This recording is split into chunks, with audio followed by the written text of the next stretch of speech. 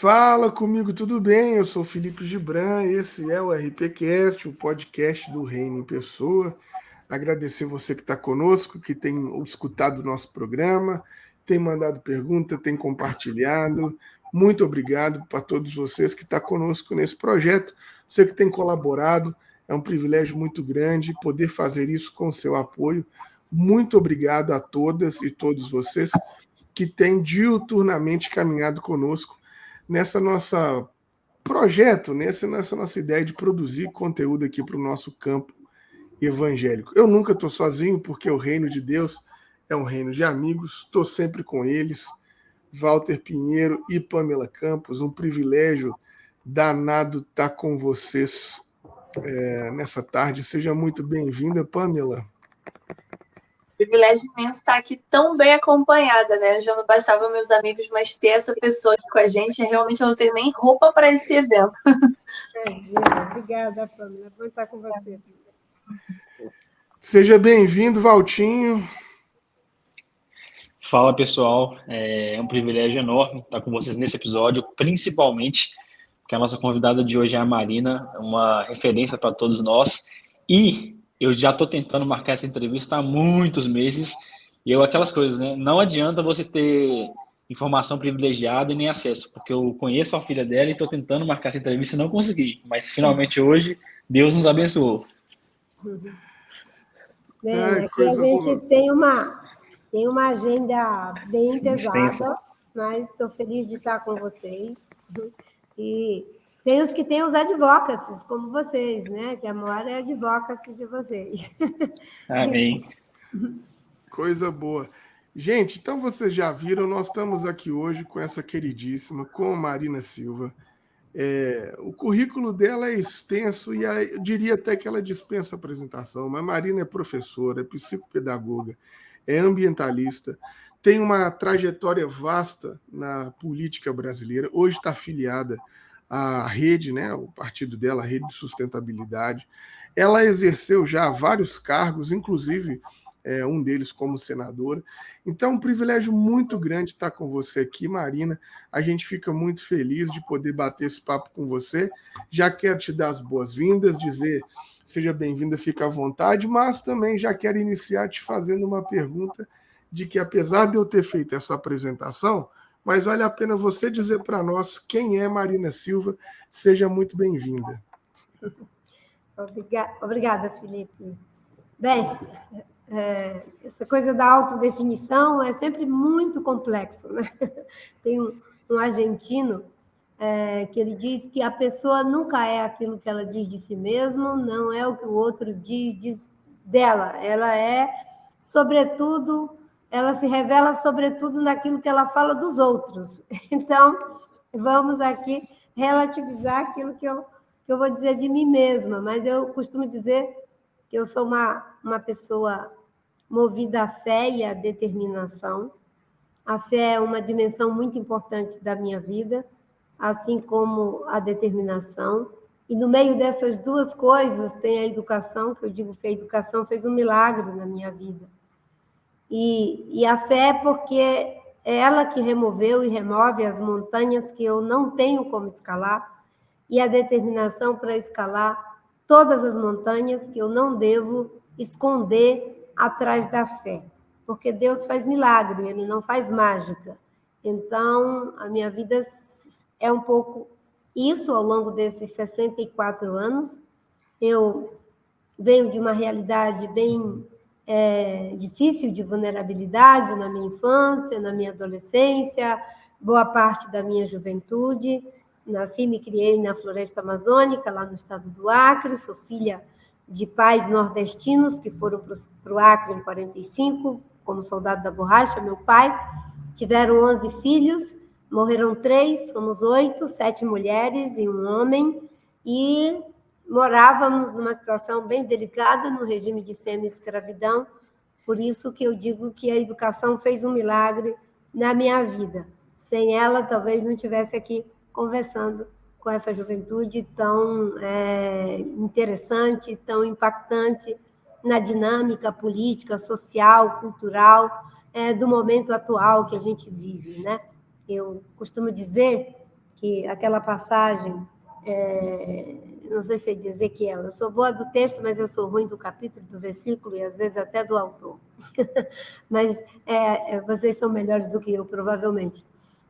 De que um dia os velhos teriam sonhos e os jovens teriam visão. Eu tenho absoluta certeza que nós estamos vivendo em que os jovens têm a visão e nós temos o sonho. Pelo menos o sonho de que vocês possam ter melhores condições para poder realizar o sonho de um Brasil melhor, de um Brasil mais justo, sustentável, diverso e democrático, porque a situação é tão dramática no Brasil e no mundo que a juventude tomou a dianteira para tentar barrar aí a catástrofe que já está anunciada e em muitos lugares já está sendo realizada.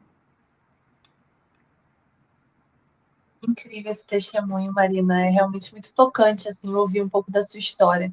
E aí você falou um pouco da sua trajetória de fé, e a gente sabe também que você, por conta da sua situação econômica, passou dificuldades em relação ao acesso à educação.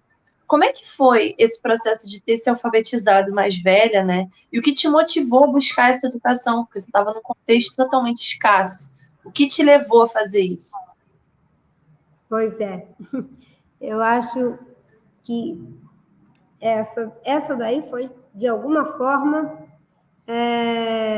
uma montanha removida na minha vida, porque pela mão de Deus. Porque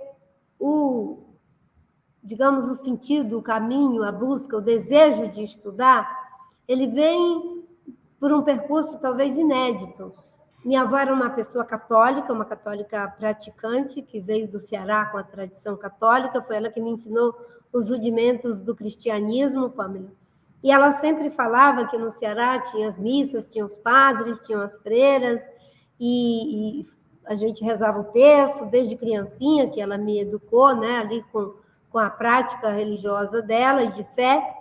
E eu sempre dizia, né, vovó, quando eu crescer, eu quero ser freira. E ela dizia, minha filha, freira não pode ser analfabeta. E eu fui crescendo com aquele impeditivo do analfabetismo. Por outro lado, a minha avó me estimulava muito, porque ela vinha da tradição da literatura de cordel nordestina, que ela gostava muito das cantorias lá do Ceará, e ela era muito inteligente, ela era analfabeta, mas meu pai sabia ler e escrever. Meu pai lia os romances de cordel para ela, os folhetos, e ela decorava aquilo em 2 vezes que meu pai lia. Então, eu ouvia dela recitando, né, Marina e Alonso, Cego Aderaldo e Zé Pretinho, Juvenal e o Dragão, é uma lista enorme de folhetos que ela decorava, e ela fazia aquilo como cantoria. Então, ela sentava num tamborete e ela imitava o Cego Aderaldo, e no outro ela imitava o Zé Pretinho. Então, era um universo muito cheio de histórias, né, que eu fui criada com a minha avó, com um tio que também era xamã, era cesteiro, carpinteiro, que foi criado com os indígenas de pequeno, e também com outras pessoas idosas que ficavam sempre na mesma casa, perto da casa do meu pai, uns 15 minutos andando pela floresta, que minha avó morava com o meu pai. Então, esse estímulo, ele foi muito rico, e hoje eu consigo perceber que, de certa forma, essas coisas me conduziram o desejo, criaram em mim o desejo de estudar, de aprender. O Lacan costuma dizer que é impossível fazer desejar, que o desejo ou ele está ali ou ele não está. E acho que minha avó, né, ela fez esse desejo estar presente em mim desde a mais tenra infância. E tinha um folheto que é muito especial, que era a peleja, né, numa cantoria, entre Romano, que era uma pessoa letrada, que estudava literatura de cordel, e, enfim, Inácio da Catingueira. O Inácio era uma pessoa analfabeta, mas que conhecia tudo da caatinga. Então, o Romano faz um duelo, um desafio para uma cantoria entre os dois, e é dado o mote. O mote é o tema, né? O tema da cantoria.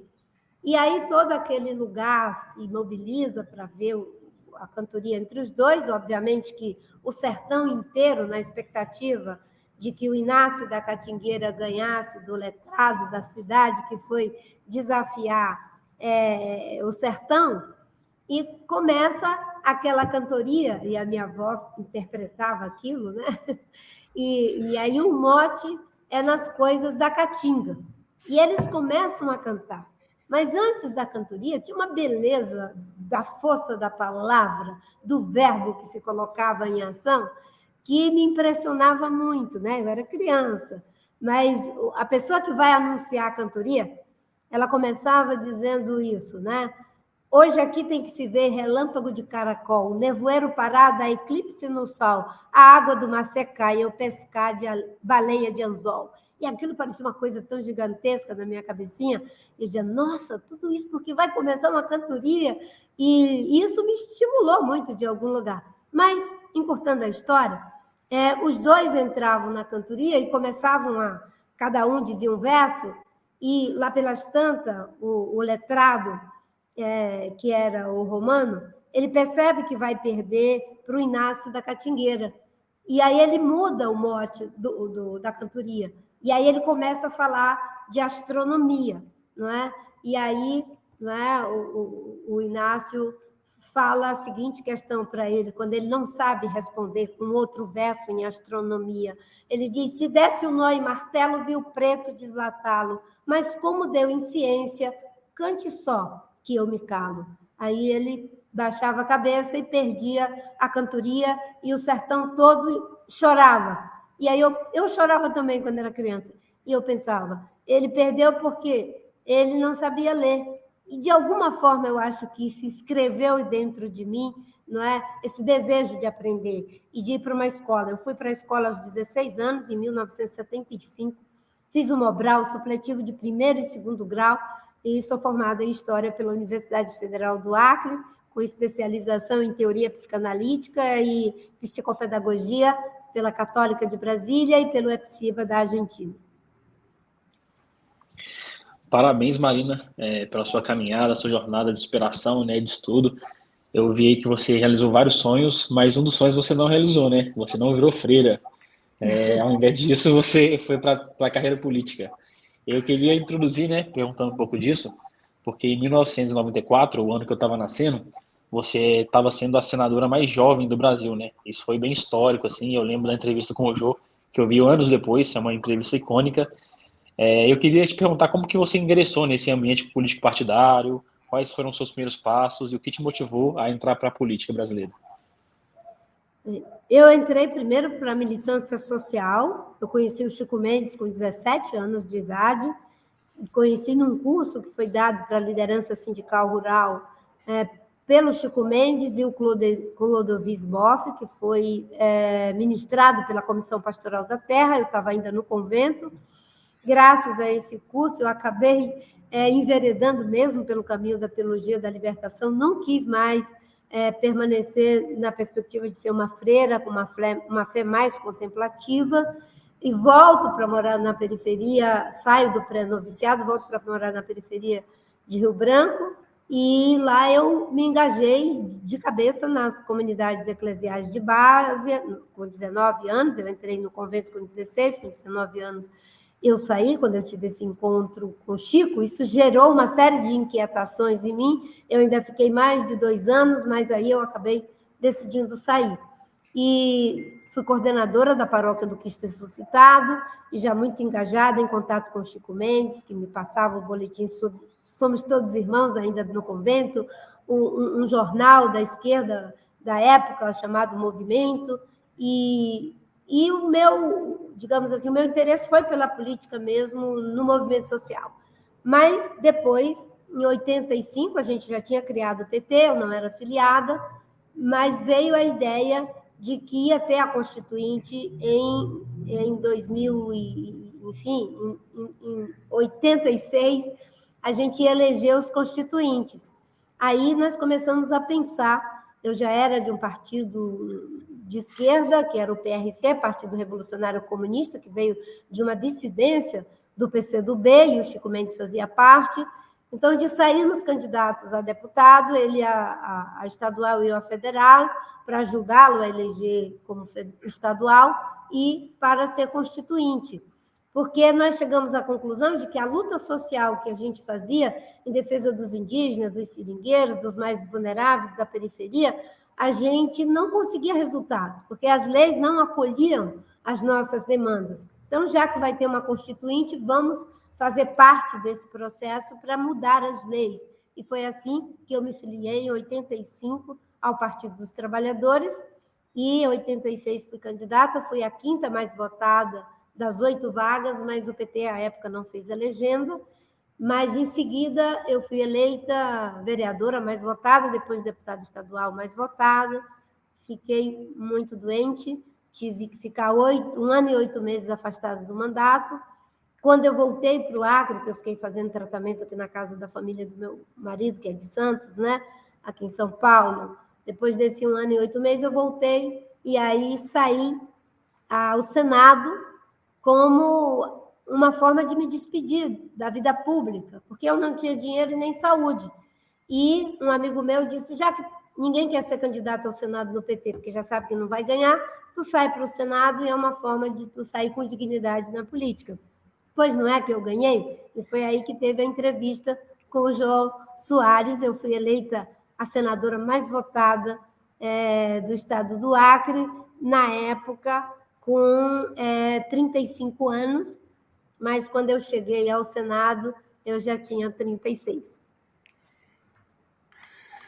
Marina, que coisa incrível. Agora, veja você, nós estamos falando disso de 94. Hoje o Senado... Na época que o Walter nasceu. Para ver como a minha quilometragem está bem rodada.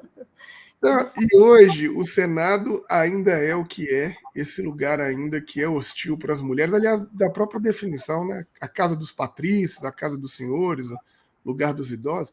Como é que foi para você, uma mulher que vem lá do Acre, estar sentada nesse lugar onde mulher não é tão bem-vinda e nortista, então, nem se fala, né? Como é que foi? E ainda passa por esse lugar de ser nova, né? Porque para Senado, 35 anos é novo, né? Então, como é que foi para você lidar com tudo isso, assim, naquele momento do país, com todas esses problemas que carrega o Senado, né? Sim. Foi bem difícil, porque, primeiro, a forma como as pessoas começaram a tratar o meu mandato. Houve ali um estranhamento muito grande, uma tentativa de folclorizar o meu mandato. Não vamos nos esquecer que o Juruna, que foi o primeiro deputado indígena que foi eleito, ele foi muito folclorizado, e até hoje ainda existe essa coisa de querer folclorizar o mandato do Juruna, porque ele gravava tudo o que as pessoas iam conversar com ele. Em vez de tratar isso como folclore, deveria ser tratado como uma forte denúncia. Porque como as pessoas do mundo, da cultura ocidental não indígena, nunca assumiam compromissos verdadeiros e prejudicaram muito os povos indígenas, enganavam os povos indígenas, roubavam suas terras, roubavam suas madeiras, os compromissos nunca eram honrados, ele costumava gravar tudo que era dito. E ele estava correto, porque, historicamente, sempre foram feitas muitas manipulações. E quando eu chego em 95, no Congresso Nacional, houve uma tentativa de pessoas dizendo, olha, até uma seringueira agora também é no Senado, que mundo é esse que nós estamos?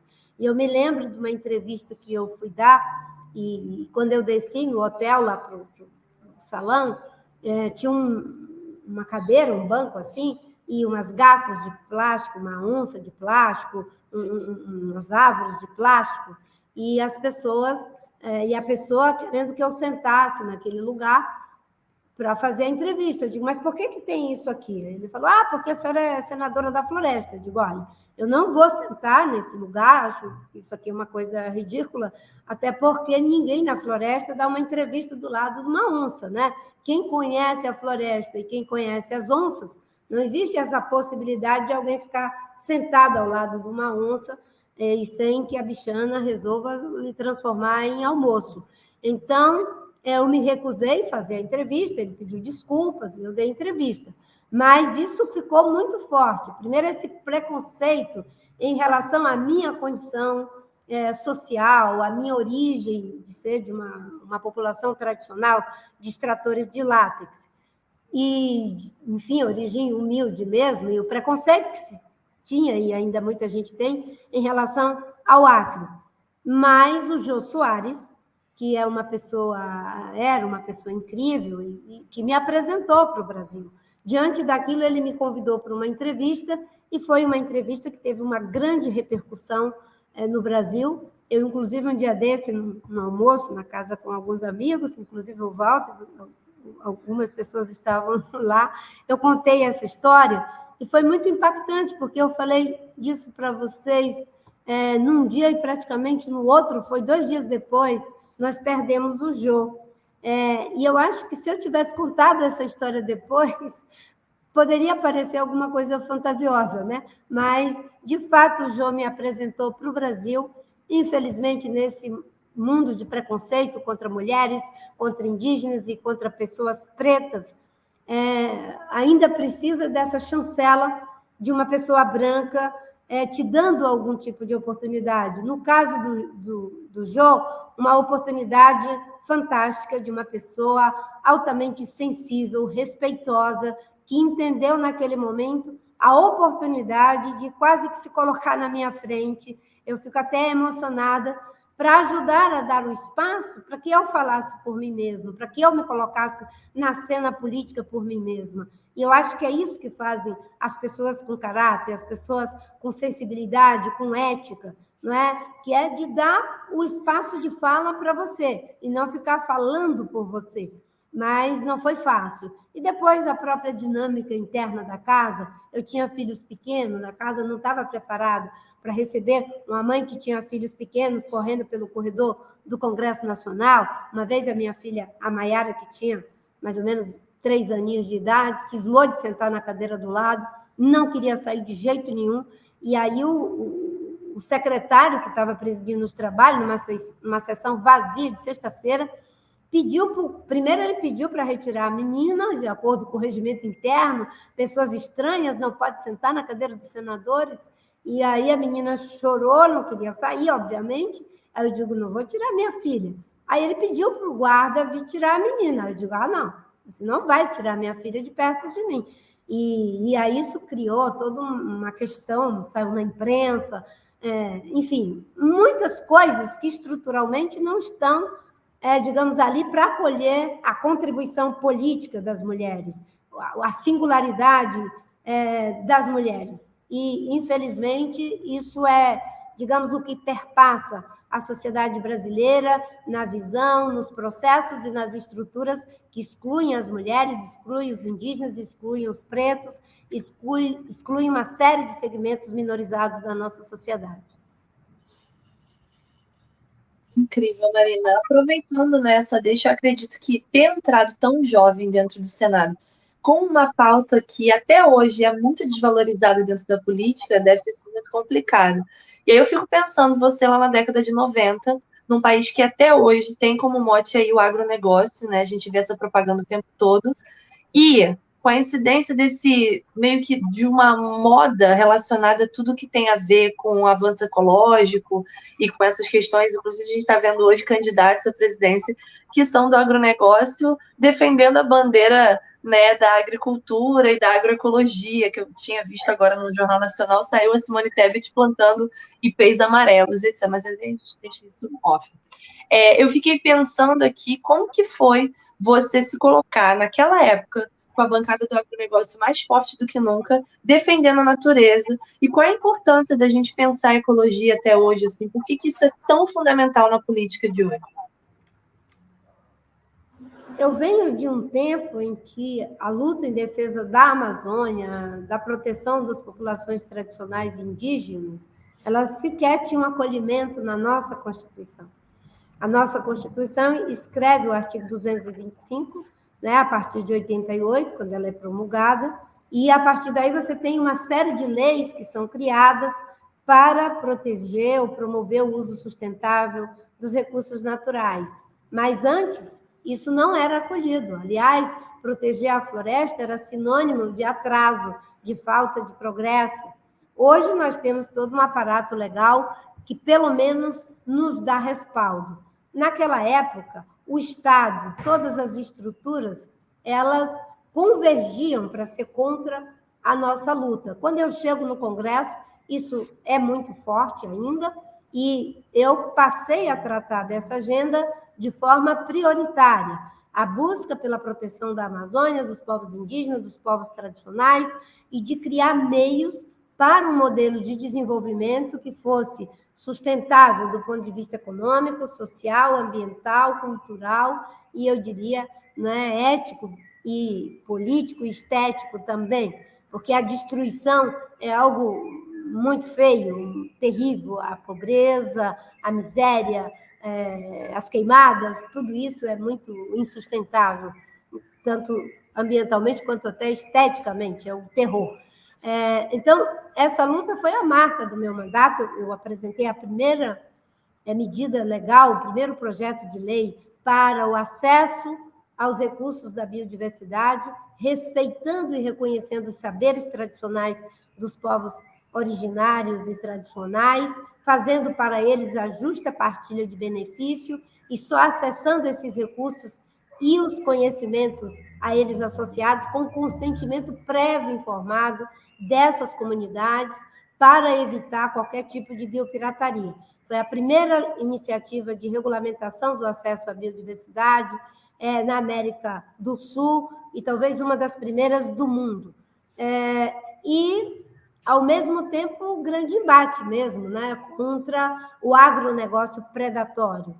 E fui a pessoa que apresentou uma iniciativa em articulação com o Executivo para criar a primeira linha de crédito para os extrativistas, porque em tantos anos, né, em séculos de extrativismo no nosso país, os extrativistas não tinham uma linha de crédito para ajudar. Você tem crédito para a agricultura familiar, que é muito bom, você tem crédito e muito para o agronegócio, você tem crédito para uma série de segmentos do setor produtivo, mas os extrativistas não tinham. Então, em articulação com o governo do Fernando Henrique, porque o legislativo não pode versar, ou pelo menos na época não podia, porque hoje quem está fazendo isso é o Centrão, o Lira, que manda no orçamento, mas na época você tinha que fazer em articulação com o governo federal. E o governo federal criou a primeira linha de crédito para os extrativistas. Quando a doutora Ruth Cardoso fez o programa Comunidade Solidária, eu identifiquei que não tinha algo que fosse customizado para a realidade da Amazônia. E aí eu sugeri a ela que fizesse o programa Amazônia Solidária, e ela acolheu a ideia, eu ajudei a formular a ideia, e pode parecer estranho para algumas pessoas, né? Poxa, mas você era do PT, você era de oposição, e eu era mesmo. Mas existiam coisas que eu criei espaços de diálogo e articulação, porque a doutora Ruth era uma pessoa que tinha uma sensibilidade muito grande, inclusive o governo do PT, a prefeitura, a primeira vez que nós ganhamos, mesmo o PSDB tendo candidatura, ela foi para lá para apoiar o PT. E quando, pela primeira vez, ela foi para um seminário na Universidade de Berkeley para falar das políticas para a Amazônia, ela sugeriu que eu e na época, o Marco Aurélio Garcia, fôssemos para fazer um contraponto ao governo do Fernando Henrique. Isso, para mim, é uma visão de democracia que a gente tem que saber valorizar e que, muitas vezes, até aqueles que se dizem do campo democrático, popular, não são capazes de criar esses espaços de diálogo, mesmo entre aqueles que pensam diferente. E eu fui lá exatamente para dizer a dramaticidade de como estavam vivendo os povos indígenas, as populações tradicionais, aqueles que viviam em extrema situação de vulnerabilidade e violência na Amazônia. Marina, incrível isso que você está falando, e aí eu queria que você fizesse um comentário para a gente, porque durante essas campanhas presidenciais, eu tenho visto muito presidente sempre repetindo, né, que o agronegócio é o que alimenta as famílias, que o Brasil é o celeiro do mundo, mas as pessoas não compreendem a relação que a devastação da natureza do agronegócio tem a ver com a fome e com a alta dos alimentos. E você, como uma mulher que defende também uma alimentação saudável, queria que você explicasse para a gente qual é essa relação.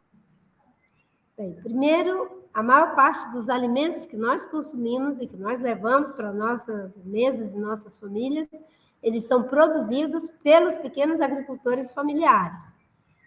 O grande agronegócio, ele está muito ligado aí à exportação, principalmente para a Europa, uma grande parte para a China, e, obviamente, que isso que você falou, de que há uma combinação entre a degradação e o agronegócio predatório, isso é a mais pura verdade.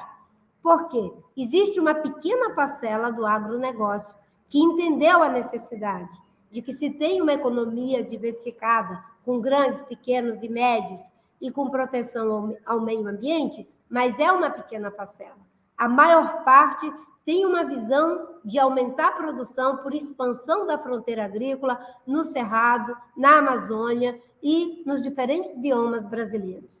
E eles têm uma relação consociada com outras formas de ilegalidade. A primeira frente que entra, no caso da Amazônia, é dos exploradores ilegais de madeira. Eles fazem o corte seletivo da madeira, deixam a floresta ainda em pé, mas completamente degradada. Em seguida, vêm aqueles que se dizem produtores enfim, para criar gado, e jogam capim braquiária naquilo tudo, toca fogo e bota ali umas cabeças de gado com baixíssima produtividade e ficam fazendo pressão para que se tenha regularização fundiária dessas áreas que foram roubadas do Estado brasileiro. Em seguida, o que acontece é que diferentes governos acabam, junto com o Congresso, fazendo medidas provisórias para regularizar essas áreas.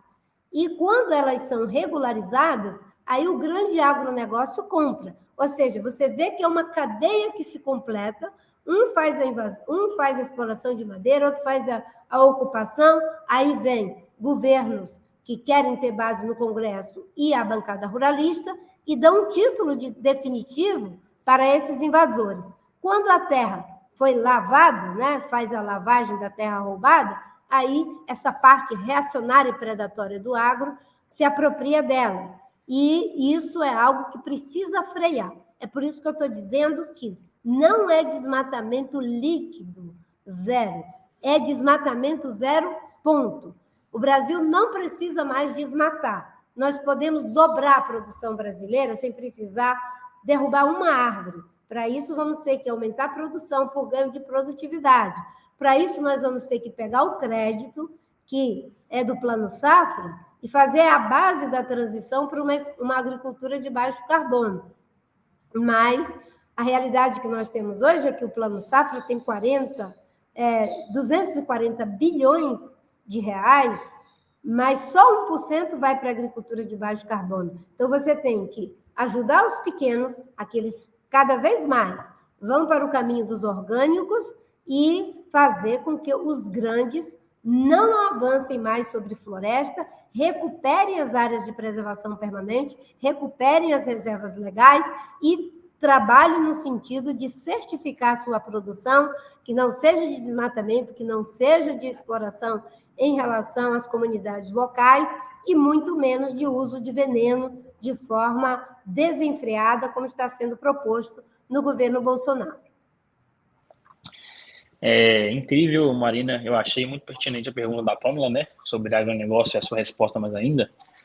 Você foi uma das pessoas citadas pelo The Guardian como uma das 50 pessoas que podem mudar o mundo por conta do seu ativismo na área da questão ambiental. Mas aí, quando a gente vai discutir a questão ambiental no Brasil, tem vários ativistas, né, que são contra você, assim, e eles vão te criticar, falando que o seu discurso é um discurso que é pró-capitalismo verde, essas coisas. Teria como você explicar para a gente o que é esse capitalismo verde e qual a diferença dele para isso que você chama de sustentabilidade, desenvolvimento sustentável? Primeiro eu vou fazer uma digressão, Walter. Eu tinha 17 anos quando eu conheci o Chico Mendes. E, naquela época, a gente já lutava para ter uma reforma agrária específica para a Amazônia, que não fosse pegar a floresta, dividir em lotes quadrados, tirar a mata para plantar arroz, feijão, milho, criar ali 2 cabeças de gado. Nós queríamos que fosse a reserva extrativista que é num tamanho grande, a reserva Chico Mendes, por exemplo, tem quase 1 milhão de hectares, isso quase 2 milhões de hectares, né? Isso é quase o tamanho do Estado de Israel, né? De todo o Estado de Israel. Então, a nossa luta era para que isso sequer fosse propriedade, que fosse algo que era concedido usufruto para as populações tradicionais ad infinito, mas você não podia vender porque aquilo pertence ao Estado, e é assim que são os assentamentos extrativistas, reservas extrativistas e assim por diante. Naquele tempo, a gente já era chamado de ecocapitalista, de fazer o jogo do imperialismo, todas essas queimações que são feitas em cima da gente. E é incrível como essa luta começa no Acre, sem a gente ainda dominar os conceitos que estavam sendo desenvolvidos na Europa em relação à questão da ecologia e dos partidos verdes que surgiam ali. Depois é que o Gabeira e o Sirquis e algumas pessoas começam a ter esse contato com o Chico Mendes, e aí a gente entende essa dimensão mais ampla da luta que a gente fazia, mas é desde lá. Um dia desse eu fui para um congresso da Uni, tinha um jovem lá, que quando ele me apresentou assim: agora vai falar ela que há muito tempo atrás começou essa nossa luta, ele deveria ter uns 25 anos, começou essa nossa luta no tempo em que essa nossa luta ainda era instrumentalizada pelo imperialismo americano. E se essa luta não tivesse sido iniciada por pessoas como Chico, como Ivaí Gini, como Wilson Pinheiro e tantos outros que perderam suas vidas lá atrás, talvez sequer as pessoas hoje pudessem se apropriar dela como sendo a nossa luta, purificada do que eles chamavam de jogo do imperialismo americano, não é? Eu aprendi a lidar com isso porque as pessoas têm muita dificuldade, não é, de não trabalhar com rótulos, de ter um pouquinho de trabalho para entrar no mérito das questões.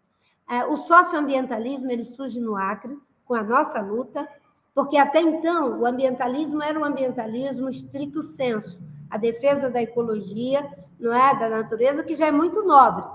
Mas nós introduzimos a necessidade de como juntar ecologia com a justiça social, porque nós queríamos que os seringueiros, os indígenas, fossem preservados. Para nós não fazia sentido a gente que protegia a floresta depois sermos expulsos da floresta. Então, a ideia de socioambientalismo surge da luta originária lá no Acre. A ideia de juntar a economia com a ecologia está presente também nesse lugar. E desde então eu venho trabalhando, né, de que tanto no socialismo real quanto no capitalismo, a ação predatória foi altamente impactante e nefasta, porque todos têm uma visão desenvolvimentista, de uso predatório dos recursos naturais. Vamos ver só o que aconteceu no socialismo real e vamos tentar encontrar algum exemplo, né, onde existe sustentabilidade. A China, por exemplo, é um dos maiores emissores de CO2. E aí, se você for procurar no mundo capitalismo, socialismo, não é, todos terão que fazer o caminho, não é, de diminuir os impactos, inclusive pensando na mudança climática. E eu, há muito tempo, venho elaborando a ideia de que nós não precisamos, não é, nem de qualquer rótulo, mas precisamos ser sustentabilistas. Alguns serão sustentabilistas conservadores, que estarão preocupados com o mercado e a natureza, porque sem ela não tem como existir, e outros poderão ser sustentabilistas progressistas. Eu me considero sustentabilista progressista, e o que eu quero é um novo modelo de desenvolvimento. Um modelo de desenvolvimento onde a sustentabilidade não seja só uma maneira de fazer, seja uma maneira de ser, seja uma visão de mundo, um ideal de vida, onde a gente se desloque do ideal do ter, que está presente na sociedade capitalista, ou mesmo nas sociedades em que o Estado tem o monopólio da produção e dos meios de produção, não é? Em que a gente faça esse deslocamento do ideal do ter para o ideal do ser, aonde as pessoas, né, elas possam ter dignidade econômica, social, cultural, mas num projeto de bases sustentáveis. Isso é uma transformação incomparavelmente mais radical do que qualquer outra que eu conheço. Porque quando você diz que o atual modelo é insustentável, não é só insustentável do ponto de vista social e ambiental, ele é insustentável do ponto de vista econômico. O modelo que nós temos hoje, o planeta não tem capacidade de suporte para ele. Se você parar para pensar que nós somos mais de 7 bilhões de seres humanos, certo? Se o padrão americano e europeu for estendido para o conjunto da sociedade, nós precisaríamos algo em torno de 4 planetas Terra. Só para se ter uma ideia, uma pessoa, enfim, indiana ou chinesa bem alimentada, ela consome 250 quilos de grãos por ano. Um ocidental, um de nós, consome algo em torno de 850 quilos de grãos por ano. Com mais de 9 bilhões de pessoas em 2050, não há planeta para produzir alimentos nessa magnitude. Então, nós vamos ter que mudar nossa maneira de produzir, a nossa maneira de consumir e a nossa maneira de ser e estar no mundo. É preciso novos ideais identificatórios. A gente tem que sair dos limites extensivos, onde nós estamos disputando coisas, riquezas, materiais, e ir para os limites intensivos, onde nós iremos desenvolver habilidades, outras formas de nos sentir plenos, de nos sentir prósperos e de nos sentir felizes. É esse o modelo e a visão de mundo que eu advogo. Isso não tem nada a ver com ecocapitalismo. Isso tem a ver com queimação que as pessoas fazem, porque, infelizmente, é dessa forma que alguns ousam fazer política. Eu espero que o que aconteceu agora com esse Bolsonaro que está aí esteja ensinando alguma coisa, de que a gente precisa aprender a conviver com o diferente, a conviver com o outro, a não querer eliminar o outro, a não querer aniquilar o outro que pensa diferente da gente, mas estar dispostos ao diálogo, numa visão de suplementariedade, onde você é um real diferente, eu sou um real diferente, mas a gente é capaz de dialogar, mesmo que seja para aprofundar as nossas diferenças e cada um caminhar na sua respectiva direção. Isso eu aprendi com a arte, isso eu aprendi com a psicanálise, isso eu aprendi com a minha fé, e isso eu aprendi principalmente com o querido Edgar Morin. Marina, nós aqui todos temos um recorte quase que desde o início do ambiente evangélico, né? Walter, eu e Pamela, a gente está nesse ambiente desde sempre, assim, praticamente, né?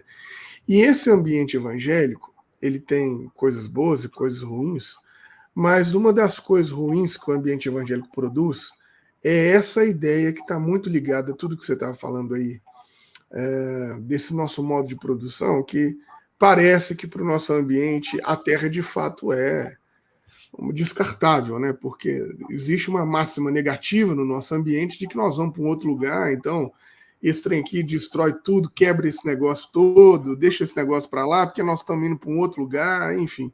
Uma compreensão rasa, né? Da criação e do trabalho de Deus com o nosso ambiente aqui, com a nossa terra.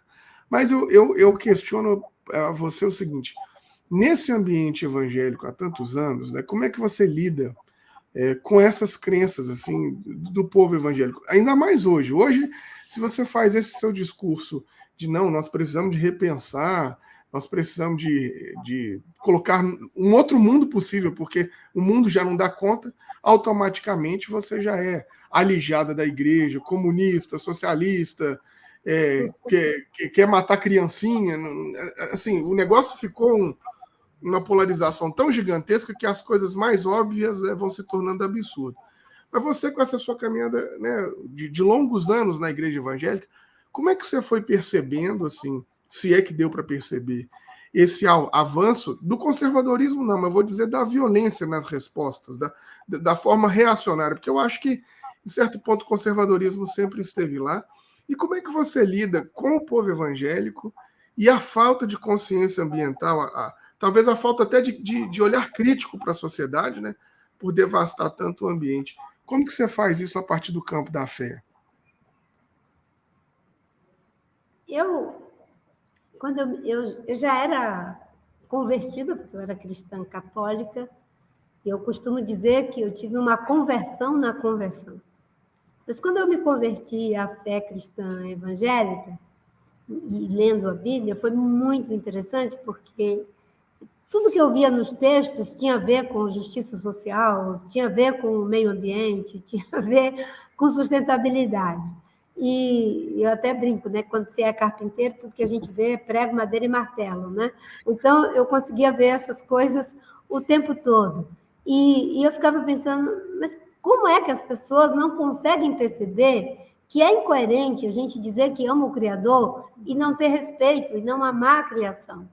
Porque todos esses fundamentos, eles estão ali desde sempre.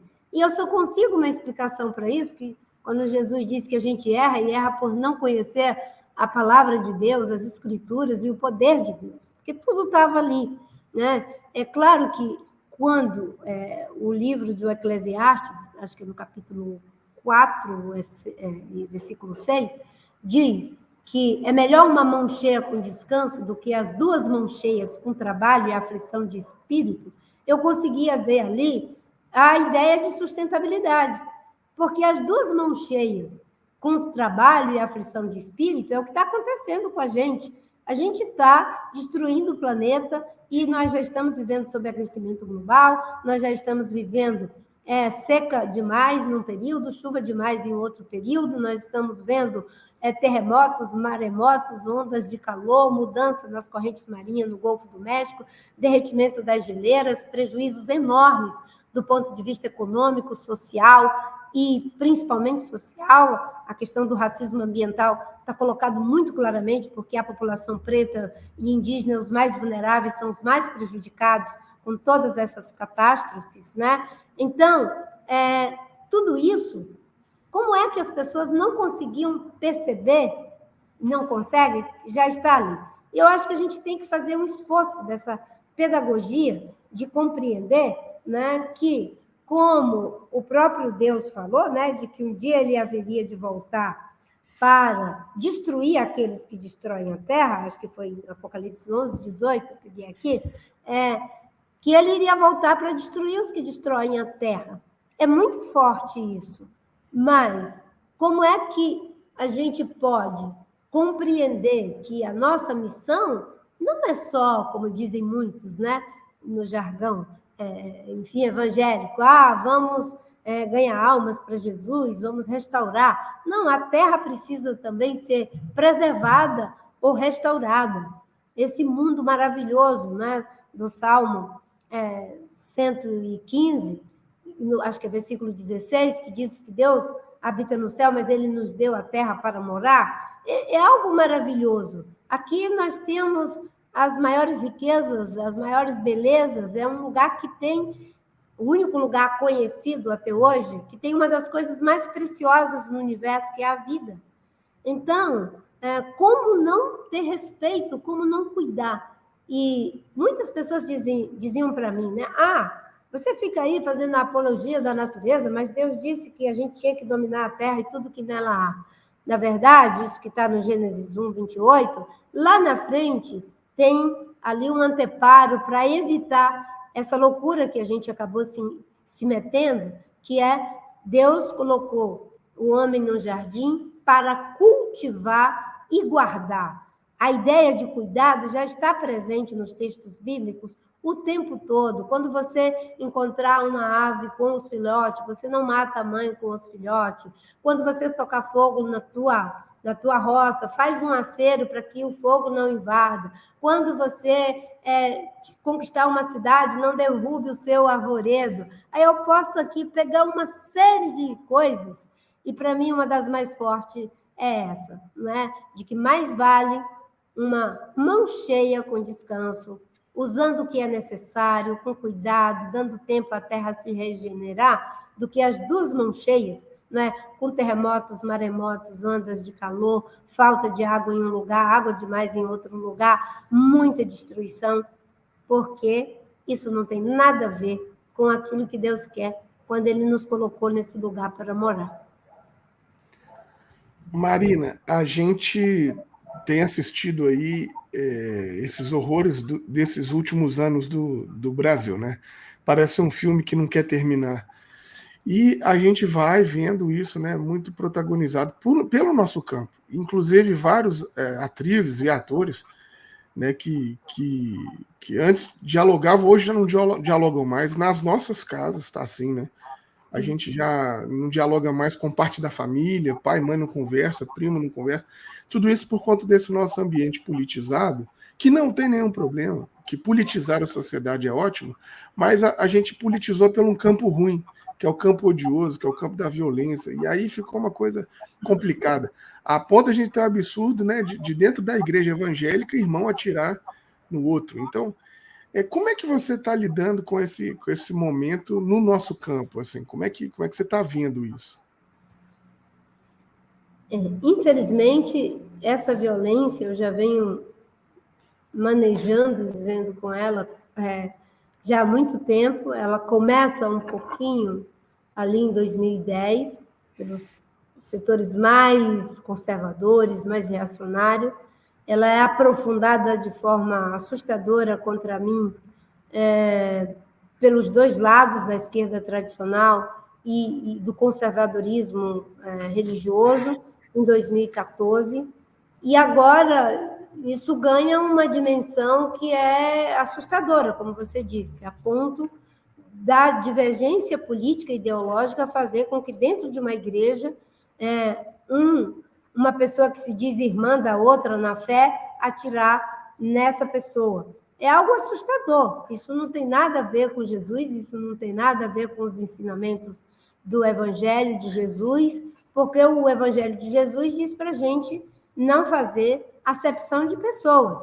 Eu posso discordar veementemente de alguém, mas eu jamais vou desejar a eliminação física dessa pessoa. Jamais vou ficar usando de mentiras para desconstruir ou aniquilar essa pessoa. Então, essa violência, ela vai se aprofundando numa química perigosa, que é do fundamentalismo político com o fundamentalismo religioso. Essas duas coisas são nefastas para a democracia, são nefastas para a política e são nefastas também para a fé. E a intolerância, a tentativa de homogeneizar, do ponto de vista de uma visão e de uma forma de espiritualidade, é muito perigoso. E até um deslocamento daquilo que é o legado do Estado laico, que é uma contribuição do protestantismo, da separação do Estado para a Igreja, para uma tentativa de retorno a esse Estado que tem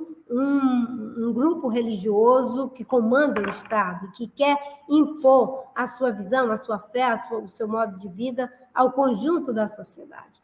A sociedade é livre no Estado laico para crer de forma diferente e até mesmo para não crer. E quem vai para uma função pública, independente de crer ou não crer, ela tem que fazer política pública para todas as pessoas. Eu sempre me recusei a esse lugar de ficar manipulando a fé, não é, em função de interesses políticos. E sempre fui também muito pouco compreendida em relação a isso. E é engraçado que em 2014 eu sofri muito peso, né, de um lado dizendo que eu era uma fundamentalista religiosa e o outro dizendo que eu era uma falsa crente. E isso, em muitos aspectos, permanece até hoje. Existem pessoas que entram lá nas minhas redes sociais e dizem coisas terríveis. Aí eu, às vezes, de curiosidade, vou lá na página da pessoa, a pessoa está lá com a sua família, Jesus te ama, Jesus é lindo, etc., etc. E ela entra lá e faz um julgamento até a minha terceira geração, sem sequer conhecer, porque não tem como conhecer o que está dentro do meu coração, da minha fé, como é que ela se realiza na relação genuína, singular e direta com aquele que morreu na cruz do Calvário por todos nós. Amém, amém. É muito lindo ver esse testemunho. É interessante você falar também sobre essa disputa, nessa perseguição que você sofreu entre a disputa do campo mais conservador e o mais de esquerda, né? Você foi atacada pelos dois campos em 2014 e segue até hoje. Mas um dado interessante que a gente pode analisar é sobre essa representatividade dos evangélicos. Em 2014, claramente, você era a candidata dos evangélicos. Eu lembro das campanhas, né, os pastores eles, como não se envolveu tanto em política, né, que esse processo de política e igreja para o povão, assim, começou a ser discutido mais a partir de 2013, com as manifestações. Antes o brasileiro era um pouco mais alienado à política. E eu lembro que em 2014 as pessoas falavam que a Marina era a candidata dos evangélicos. Aí no segundo turno, quando foi Aécio Dilma, os evangélicos eles foram pro Aécio, né? Não queriam apoiar a esquerda. Mas em 2018, você foi candidata a presidente e a maioria esmagadora dos evangélicos, em 4 anos, eles foram apoiar um candidato que tem um discurso completamente contrário ao seu. Os evangélicos apoiaram em massa o Jair Messias Bolsonaro. E ao que você deve esse fator? Você comentou um pouco mais sobre o fundamentalismo, né? Eu queria que você falasse um pouco sobre essa mudança que teve no Brasil dentro do campo evangélico nesses 4 anos. E uma coisa muito importante que eu acho que você deveria comentar é que como a gente combate esse fundamentalismo religioso bolsonarista. Porque, para mim, o Bolsonaro ele é um ídolo, né? É alguém que se roga no lugar de Deus, alguém que usa a palavra Jesus, usa a palavra Messias, se diz o representante de Deus, mas, na verdade, é um ídolo de pedra que precisa ser derrubado. Como que nós, evangélicos, vamos derrubar esse ídolo para fazer uma sociedade melhor? Sim. Eu acho que a gente precisa verificar o seguinte, né? A população evangélica, ela historicamente não participava da dinâmica política. Tem um determinado momento que, pela relevância desse contingente na sociedade brasileira, inclusive porque a fé evangélica incide sobre a maioria das pessoas em situação de pobreza, de vulnerabilidade, passou a existir uma demanda legítima, correta, de cidadãos evangélicos por participar da política. Porque você não pode ter um grupo que fica alijado do processo e da cena política brasileira. E eu acho que eles identificaram, no fato de eu ser uma pessoa evangélica, alguém que, de alguma forma, levava esse segmento para a cena política. Mas eu nunca fui uma pessoa de assumir as demandas radicais do conservadorismo, do reacionarismo, desses grupos que agora se identificam de forma atuante, militante, com o Bolsonaro. E eu tenho pensado, eu acho aí que o pessoal da ciência política poderia fazer uma análise sobre tudo isso, que ali foi uma grande possibilidade da gente ter a participação política dos evangélicos no caminho da defesa da diversidade, da defesa do Estado laico, da defesa de uma mudança no campo democrático, em que eles estariam incluídos, mas não por alguém que levasse para esse terreno de uma relação exclusivista da fé cristã evangélica em prejuízo do conjunto da sociedade. Infelizmente, houve uma violência política muito grande que foi praticada contra mim, e essa violência política acabou fazendo com que o voto legítimo, que naquele momento manifestava o desejo de uma mudança, de uma alternância de poder no próprio campo democrático, não ocorresse, o que, em seguida, é canalizado por alguém que vem aí, sim, com todo o discurso conservador, moralista, reacionário, hipócrita que tem o Bolsonaro, e esse caminho que estava indo, no meu entendimento, por um curso, não é, de uma participação transformadora junto com o conjunto da sociedade, hoje está nessa situação. Mas eu diria que há uma dificuldade de segmentos da esquerda, que isso vem sendo avaliado, de lidar, não é, com esse lugar da fé. A fé tem um lugar na vida das pessoas, não é? Na elaboração, na existência das pessoas. E, de repente, negar isso... Eu vi a entrevista de vocês com o Safatli, que eu gostei muito, né? Ele mesmo colocando como a gente está no Ocidente.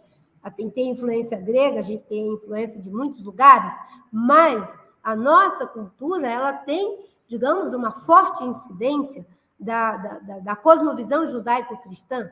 É impossível você não querer lidar com essa dimensão da nossa existência naquilo que nos é fundante. E um país que tem mais de 80% de pessoas que se declaram cristãs.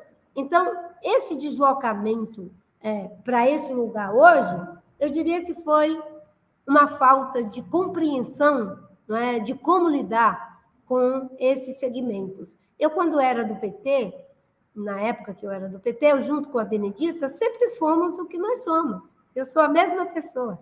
A Marina que está falando aqui era a Marina, que ficou quase 30 anos no PT. E durante os quase 30 anos que eu fiquei no PT, ninguém nunca dizia que eu era fundamentalista.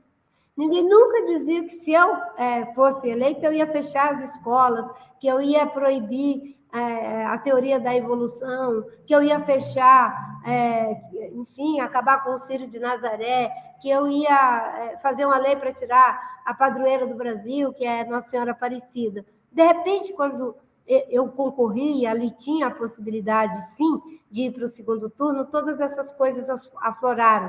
E eu espero que seja um aprendizado.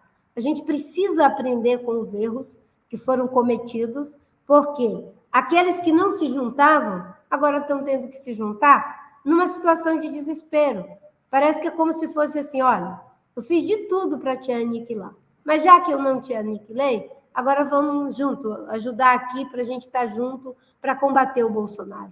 O melhor era que a gente tivesse um ecossistema diversificado, plural, democrático, em que cada segmento tem o direito de se colocar, né? Eu digo que, quanto mais, é uma frase do Léo Buscaglia, quanto mais estrelas no céu, mais claro é o caminho no campo democrático. Quando eu me desfiliei do PT, por exemplo, eu saí por divergências políticas na questão ambiental, mas eu saí com uma relação de respeito, de uma trajetória, eu tinha críticas em várias questões, mas eu me lembro que, quando eu fui me filiar ao PV, eu me filiei dizendo uma poesia para o PT, né?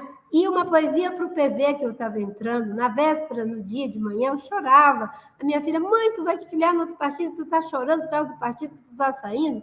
Era uma trajetória de vida, né? E na hora, assim, de eu assinar a ficha de filiação, aí eu falei, olha, eu vou dizer uma poesia para o PT, então, o partido que eu vivi durante tantos anos, nas piores dificuldades lá no Acre. Será que um dia, quando a gente se separar, você seria capaz de continuar gostando de mim, e gostando? Como é que a gente sabe? E isso é do Guimarães Rosa, do conto Nenhum, Nenhuma, não é? E para o PV, eu falei, tarde vos amei, beleza tão nova e tão antiga, tarde vos amei, é que estavas dentro de mim e eu estava fora de mim, que é um dos trechos das Confissões de Santo Agostinho, né? Para mim, política é isso. Política não é ódio, política não é desconstrução, política é a possibilidade de criar pontes. É claro que não tem como criar pontes com o fascismo, é claro que não tem como conversar com o negacionismo, porque não há base de realidade, certo? Mas foi com esse espírito. E aquela pergunta que eu fiz, não é? Será que você seria capaz de continuar gostando de mim, gostando e gostando? Como é que a gente sabe? Dolorosamente, em 2014, eu descobri que não tinha sido assim como eu gostaria que fosse. E eu espero, não é, que esse aprendizado nos coloque em outro lugar. Nenhum de nós aqui é dono da verdade. Como diz, acho que foi o Chesterton que disse, a verdade não está com nenhum de nós, ela está entre nós. E é dessa verdade que se constrói entre nós que a gente transforma o mundo, como dizia o filósofo Adelmo Genro, irmão do meu amigo Tasso Genro, que é do PT, mas somos amigos até hoje, não é? A gente muda o mundo e depois muda o mundo mudado. O pessoal da minha assessoria está dizendo que eu já estourei todo o meu tempo, que o meu próximo compromisso começa às 16 horas e o deslocamento é de meia hora. Desculpem.